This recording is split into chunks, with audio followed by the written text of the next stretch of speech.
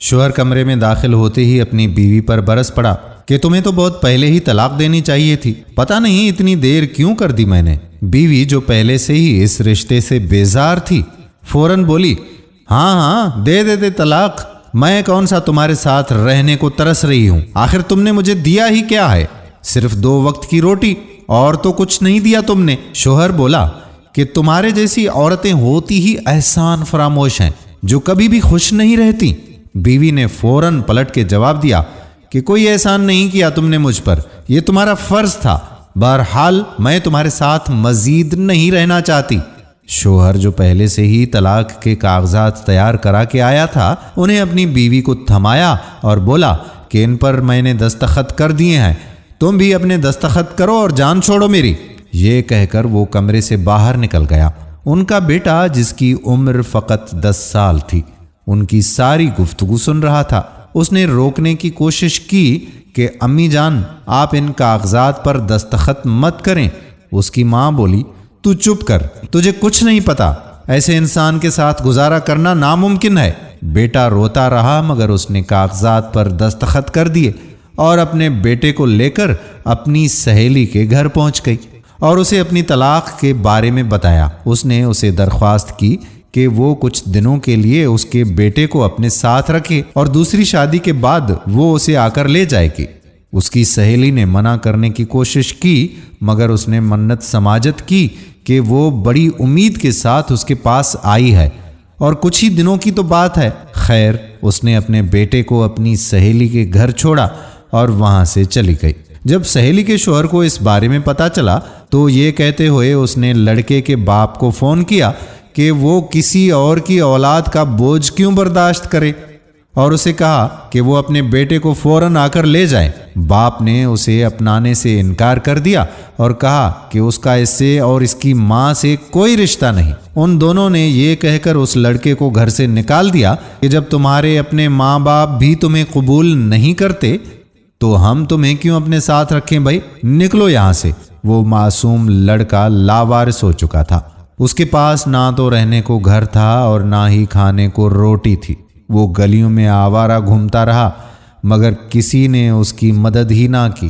جب بھوک نے اسے ستایا اور اس کو اور کوئی راستہ نظر نہ آیا تو اس نے چوری چکاری شروع کر دی۔ اس نے شہر کے آوارہ اور بدمعاش لڑکوں کی صحبت بھی اختیار کر لی اور دیکھتے ہی دیکھتے وہ غیر قانونی کاموں میں ملوث ہو گیا۔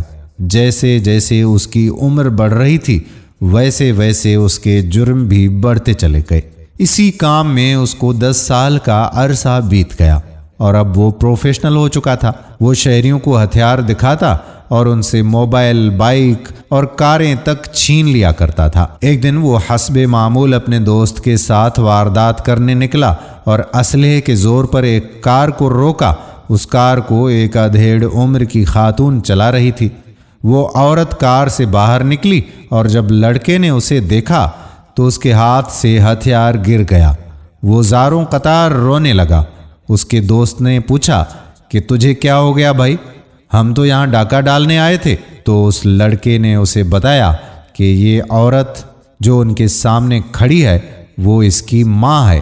اس عورت نے بھی اسے پہچان لیا تھا کہ یہ تو اس کا اپنا بیٹا ہے جسے وہ 10 سال پہلے اپنی سہیلی کے گھر چھوڑ کر گئی تھی۔ اس نے آگے بڑھ کر اس کا حال دریافت کرنے کی کوشش کی تو اس لڑکے نے بڑی سختی سے جواب دیا کہ وہ آج جو کچھ ہے انہی کی بدولت ہے۔ وہ بولا کہ آپ دونوں نے اپنے سکون کی خاطر علیحدگی اختیار کر لی اور میرے بارے میں ایک دفعہ بھی مڑ کر نہ سوچا کہ میرا کیا ہوگا۔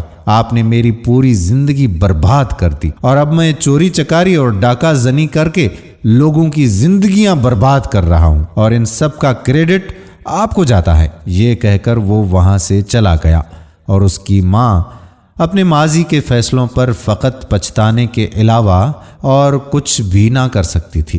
دوستو، یہ ویڈیو ان والدین کے لیے ایک پیغام ہے جو چھوٹی چھوٹی باتوں کو لے کر ایک دوسرے سے علیحدگی اختیار کر لیتے ہیں۔ ایسا کرنے سے شاید انہیں تو وقتی طور پر کوئی سکون مل جاتا ہوگا مگر ان کے بچوں کا مستقبل برباد ہو جاتا ہے۔ بچوں کے لیے تو ان کے والدین ہی ان کا سب کچھ ہوتے ہیں۔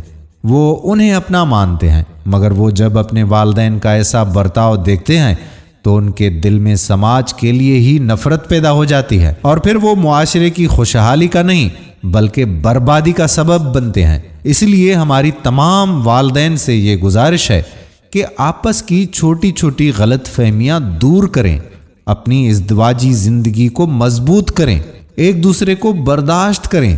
اس سے نہ صرف آپ کی بلکہ آپ کے بچوں کی زندگی پر بھی مثبت اثر پڑے گا۔ اس میسج کو صدقہ جاریہ سمجھ کر زیادہ سے زیادہ لوگوں کے ساتھ شیئر کریں، شاید آپ کے اس ایک شیئر کی وجہ سے کسی کی اصلاح ہو جائے۔ آنے والی ویڈیو تک اپنے میزبان قادر بخش کلہوڑوں کو اجازت دیجیے۔ اللہ حافظ۔